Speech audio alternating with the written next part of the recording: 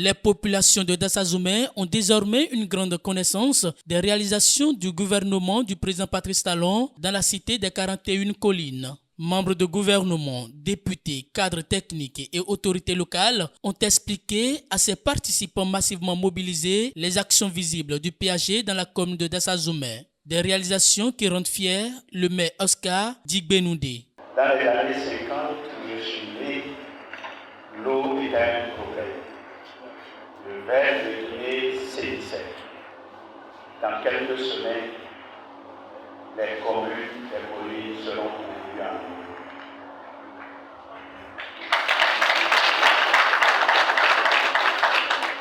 Dans quelques mois, je peux quitter Dassa et aller déjeuner à Cotonou, parce qu'il y aura une double voie entre Boycon et Dassazoumé.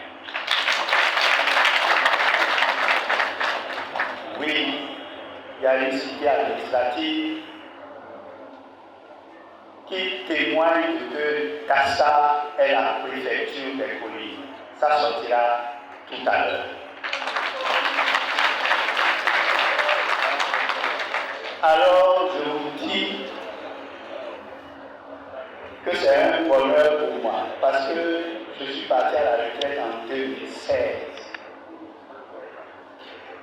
Et je me demandais qu'est-ce que ça se ferait de mon pays après. Ce que je viens de dire témoigne que c'est l'aurore irrévocable d'un monde nouveau qui s'annonce. Monsieur le ministre d'État, voilà, c'est le mot que je voulais vous dire. Et dire que la population de Dassazoumé voudrait réitérer sa gratitude à l'endroit du président Talon et de son gouvernement pour cette initiative de proximité qui renforce les liens entre l'État et les citoyens.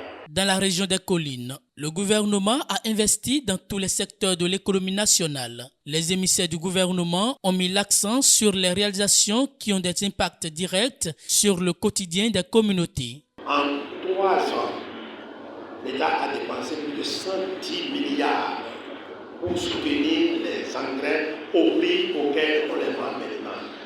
Et donc, moi, dans l'histoire du Bénin, ça ne s'est jamais passé.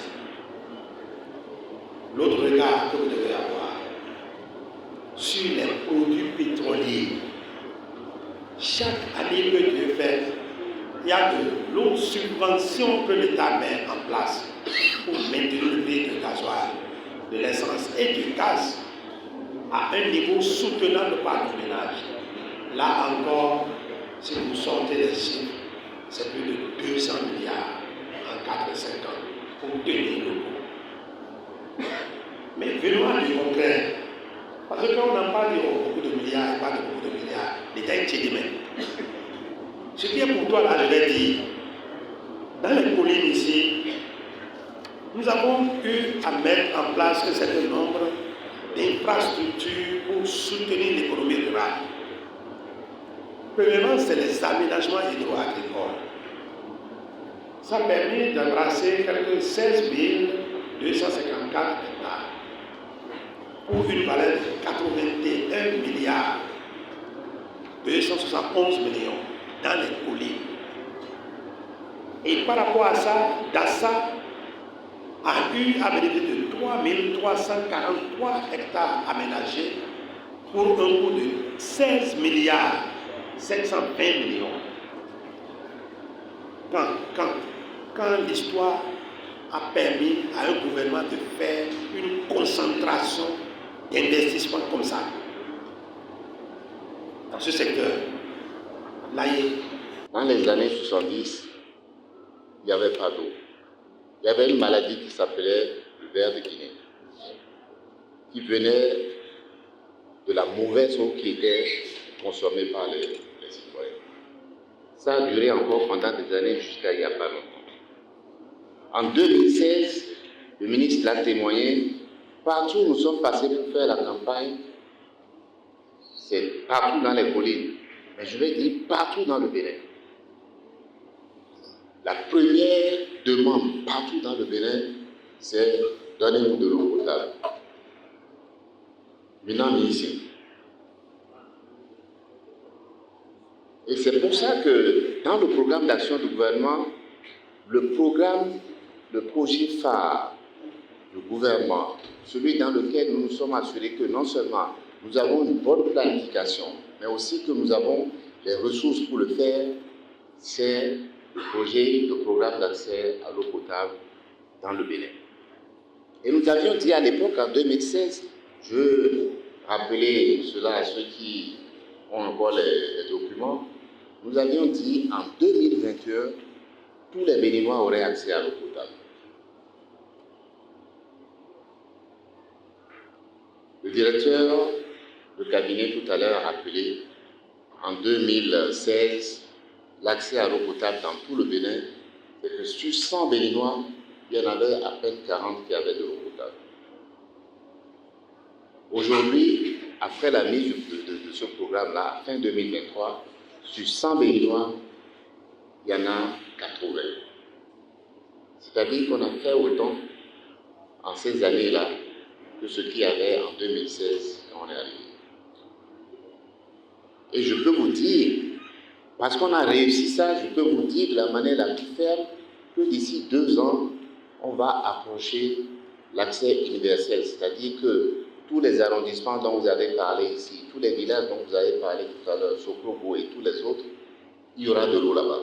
Quand nous sommes arrivés en 2016, il y avait à peine, sur 100 enfants qui allaient à l'école primaire publique, il y avait à peine 17 qui mangeaient à l'école avant de venir. Nous dépensions au total 1 milliard pour les cantines scolaires. Aujourd'hui, sur 100 enfants qui vont à l'école, il y en a 75 qui mangent à l'école avant de venir. Ils mangent un repas chaud à l'école avant de rentrer. Dans tout le Bénin. À Dassa-Zoumé ici, c'est pareil. Sur 228 écoles primaires, il y en a, je crois, 195 où il y a des cantines scolaires. Donc là, à peu près, 75% aussi. Et ça, c'est important parce que c'est sur les ressources du Bénin. Ce sont les Béninois, ce sont les taxes payées par les Béninois qui permettent de faire manger ces enfants-là. Et nous allons continuer parce que là aussi, l'objectif, c'est l'accès universel. Faire en sorte que tous les enfants qui vont à l'école publique mangent à l'école avant de venir. On est venu ici pour dire ce que nous faisons. On est venu ici pour écouter ce qui reste. On n'a pas dit que tout est fini. Ah non, qu'est-ce qui reste? Il faut qu'on retourne ça au président de la République et qu'il nous mette au travail. Nous sommes déjà organisés pour travailler. Il nous met au travail et nous allons faire le travail. Le travail ne nous fait plus faire parce que nous savons comment il faut travailler maintenant. Alors, après cela, il y a ce qui concerne, bien constaté que vous avez parlé un peu de respect que nous devons avoir les uns pour les autres. Pardon, je ne sais pas, peut-être que dans le peu de parole, quelqu'un a peut-être mal parlé, mais retenez que notre intention n'est pas du tout ça. Peut-être pour gérer le temps. Parce qu'au même moment, nous recevons des signaux des uns des autres qui disent l'essentiel, on a vu, ça on a compris. Est-ce que c'est pas bon maintenant? La suite, c'est quoi? C'est pour cela que nous avons voulu aller à l'essentiel. Retenez que ça ne finit pas ici. La personne qui a posé la question, il y a l'étape des arrondissements, bien entendu. Il y a cette suite. Nous finissons toutes les communes et nous tombons dans les arrondissements. Et en ce moment-là, les partis politiques qui ont l'habitude d'animer la vie politique vont être là. Vous allez les voir, ils étaient tout le temps là. C'est eux d'ailleurs qui nous ont mobilisés. Vous êtes là. La mairie a mobilisé, les groupes socio-professionnels. Donc, nous allons continuer ce beau travail-là dans les arrondissements afin qu'aucun arrondissement ne soit effectivement égratigné. Ces explications des membres du gouvernement ont été renforcées par des cadres techniques qui ont apporté des précisions sur l'évolution des chantiers en cours d'achèvement. Les participants à cette rencontre de reddition de comptes ont salué les efforts fournis par le gouvernement. Ils souhaitent que le gouvernement multiplie ces genres d'exercices pour mieux informer la population.